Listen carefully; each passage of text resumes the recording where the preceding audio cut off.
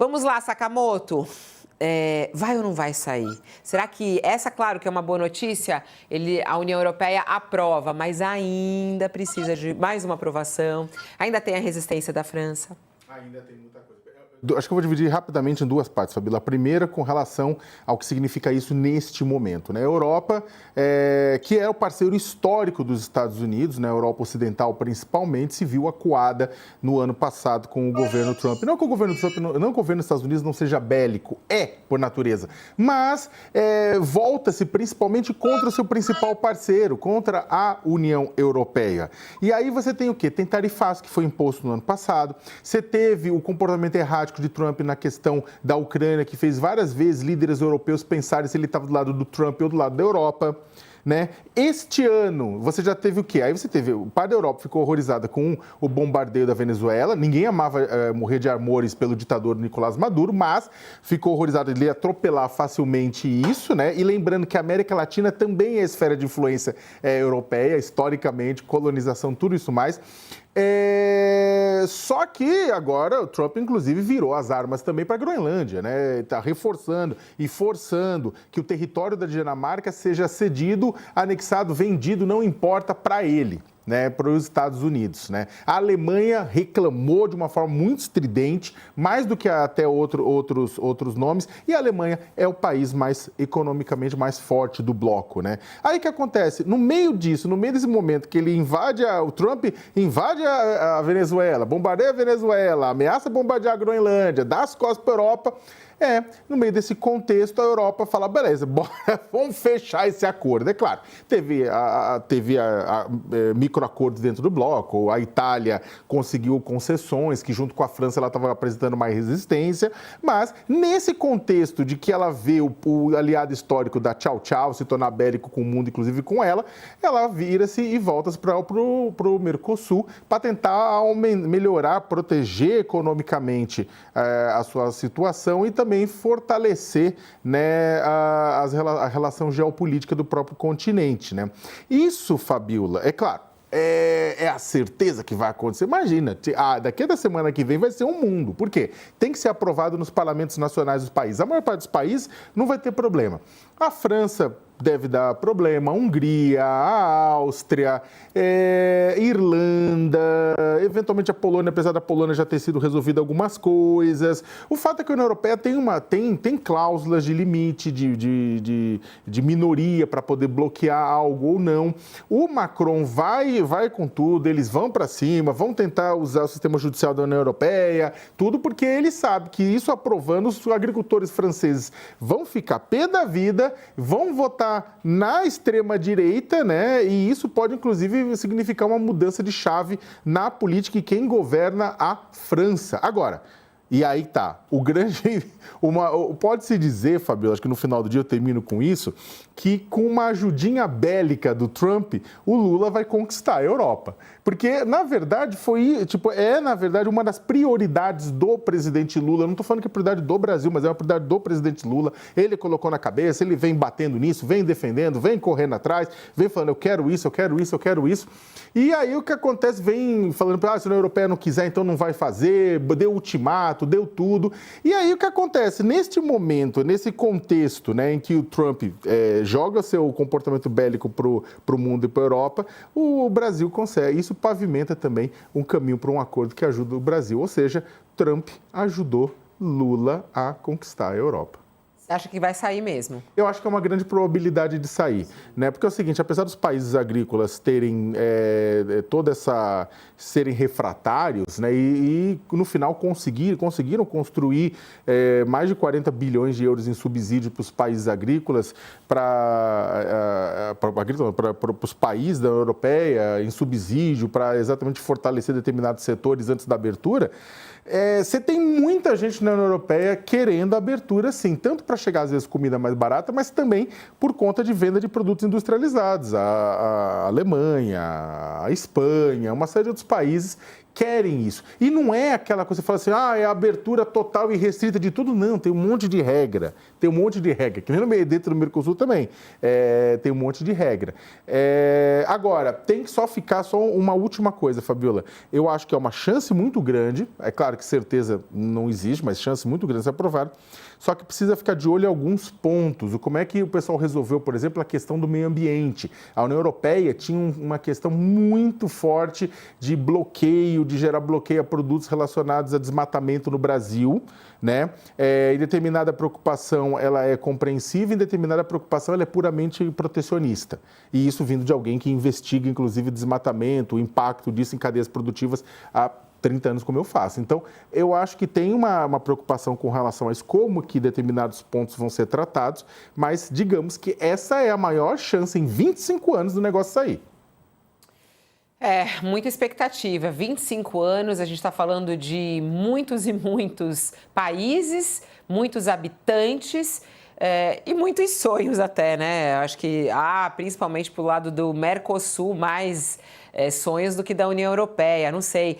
É boa essa notícia, professor Maurício? Como é que o senhor vê essa possibilidade desse acordo sair? Eu acho que talvez de uma maneira mais clara nesses últimos anos. Bom, Fabiola, esta é a terceira vez que eu estou comentando na imprensa sobre a assinatura de um acordo entre o Brasil e a União Europeia. Isso foi em 2019, foi em 2024 e agora em 2026, né? Sempre na última hora acontece algum imprevisto e esse acordo não é assinado, não é implementado. Vamos ver se desta vez é diferente. Tomara que sim, é um acordo importante para o Brasil. Eu posso te passar alguns números que nos ajudam a entender isso. Então, o comércio entre o Brasil e a União Europeia no ano passado foi de 100 bilhões de dólares. A União Europeia é a segunda maior parceira comercial do Brasil, só fica atrás da China. O Brasil exporta para a Europa, sobretudo produtos agrícolas e minerais, né? Petróleo, soja, café, minério de ferro, e importa da Europa medicamentos, aviões, veículos automotores, peças para esses veículos, né? Então é um comércio expressivo, significativo. Esse acordo viria num momento em que o mundo estagnando cada vez mais para medidas protecionistas, né, sobretudo impulsionado pelos Estados Unidos, pelo governo Trump. Então seria uma contracorrente muito importante dentro desse momento histórico que nós estamos vivendo. E nós temos um estudo muito interessante do IPEA, tentando avaliar os impactos desse acordo para o Brasil, e na avaliação do IPEA isso representaria um crescimento no PIB brasileiro. Infelizmente, o impacto no PIB brasileiro é o que ele estava falando ali, mas infelizmente a gente perdeu o contato. Daqui a pouquinho a gente volta a falar sobre o impacto disso. Ô Sakamoto, vamos já falar sobre, caso isso venha a acontecer, essa assinatura, porque é importante dizer, houve essa aprovação, mas ainda não está absolutamente fechado, talvez isso aconteça na segunda-feira, né? Se isso sair, vai ser uma ótima notícia para o presidente Lula olhando as eleições, ou não? Vai ser apesar de, é claro, que o resultado, o impacto econômico é diferente, as coisas não necessariamente, vai depender muito do cronograma de implementação do acordo, né, para ter um efeito prático no dia a dia das pessoas, né? Vamos comprar produtos, máquinas mais baratos, vamos vender mais fácil. Às vezes as coisas não são tão rápidas, porém, um acordo estabelecido dessa forma, ele aumenta a confiança na economia brasileira, mostra que o Brasil ele não está, ao contrário das muitas críticas, e as críticas são várias, o Brasil é protecionista, tá? O Brasil é protecionista, ele pode discutir o porquê, mas é. O fato é que isso vai fazer com que o Lula consiga colocar na mesa, falar, eu não sou protecionista, eu estou abrindo a economia brasileira. Só que a única diferença é que a gente não está abrindo de forma bilateral com outros países, estamos abrindo de forma multilateral. E aí vem a segunda coisa. Primeiro a abertura da economia brasileira, passa uma imagem, confiança no Brasil, aumenta a confiança, agências de crédito podem melhorar a nota do Brasil, isso tem uma mudança de longo prazo. 2, a percepção de que o governo brasileiro brasileira é um governo que consegue construir acordos, que consegue ter relevância internacional. Isso na campanha política, não tenha dúvida nenhuma que é importante. O governo ser visto como alguém que é relevante, que consegue articular, que não vai em encontro de G20 e Roma e fica sentadinho no canto e que ninguém dá bola, como já aconteceu com outros mandatários no passado.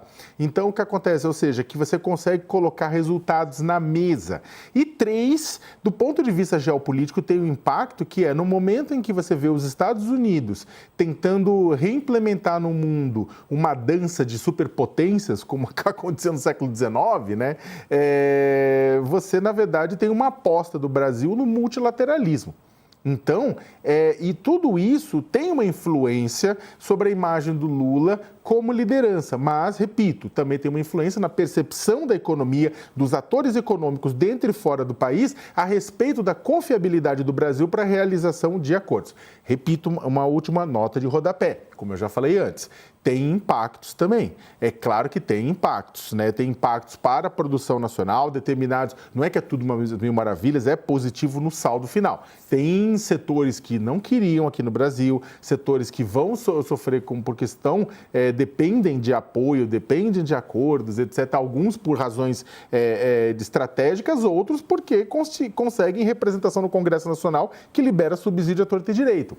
Então, isso aumenta a competitividade. Agora, vamos ver como vai acontecer nessa questão ambiental também. Vamos ver se a União Europeia... Eu, particularmente, sou a favor que o mundo atue de forma coordenada para exigir estándares mínimos, padrões mínimos ambientais e sociais. Mas isso tem que valer para todo mundo, né? Então, ou seja, falar assim, não vou aceitar produto com trabalho escravo, com desmatamento, com essas coisas. Eu acho que é válido, desde que não seja dentro de uma lógica protecionista e desde que valha para todo mundo. Até porque tem muita empresa europeia, norte-americana e asiática que vem escravizar dentro do Brasil. O apoio ele foi formalizado em uma reunião de embaixadores, né, da União Europeia em Bruxelas, é essa a notícia, né? Quando a gente fala sobre essa aprovação, mas ainda falta a assinatura. A decisão ela avança apesar da postura do presidente francês, da França, né, que vem enfrentando uma série de manifestações dos agricultores, e também da Irlanda. Tem alguns outros países menores que também são contrários por conta da questão da agricultura, né? E os países devem confirmar essa aprovação e seus votos por escrito até 13h pelo horário de Brasília. E o acordo também precisa passar por uma aprovação do Parlamento Europeu para entrar em vigor. Para trazer um pouco mais de detalhes entre os maiores países aí nessa negociação e o sim, por exemplo, da Alemanha e da Itália, que foram fundamentais para isso. O governo alemão confirmou a aprovação em uma nota, dizendo que o acordo entre os dois blocos, União Europeia e Mercosul, é um marco na política comercial europeia e um importante sinal da soberania estratégica e capacidade de ação. Diz na nota, 25 anos de negociações foi tempo demais, agora é crucial concluir rapidamente os próximos acordos de livre comércio. A Itália mudou de posição, passando de um não em dezembro para um sim na votação de hoje, sexta-feira. A Itália tem a terceira maior população do bloco europeu, por isso é um voto importantíssimo que chega pela União Europeia. A nova zona livre de comércio, com mais de 720 milhões de habitantes, vai ser a maior do mundo. A ideia é ter redução recíproca das taxas de importação e exportação de produtos entre os blocos, aumentando o fluxo comercial das duas regiões. E aí é muito interessante, Sakamoto, que as pessoas ficam aqui, falando, vai ficar mais barato o vinho europeu. Vai. Vai. Foi muito sincero isso. Ai, desculpa, foi muito sincero. Eu fiquei bem feliz. Não é que o pessoal está falando, e o queijo francês? Também. Sakamoto, tranquilo, vai. Vai. Quer dizer, essas coisas vão tudo. sim. Agora, viagem, a francesa. Vai sim. O que acontece é o seguinte, a gente não sabe porque ainda... É isso que importa para a pessoa que está nos assistindo. Você consegue entender, Sakamoto, isso?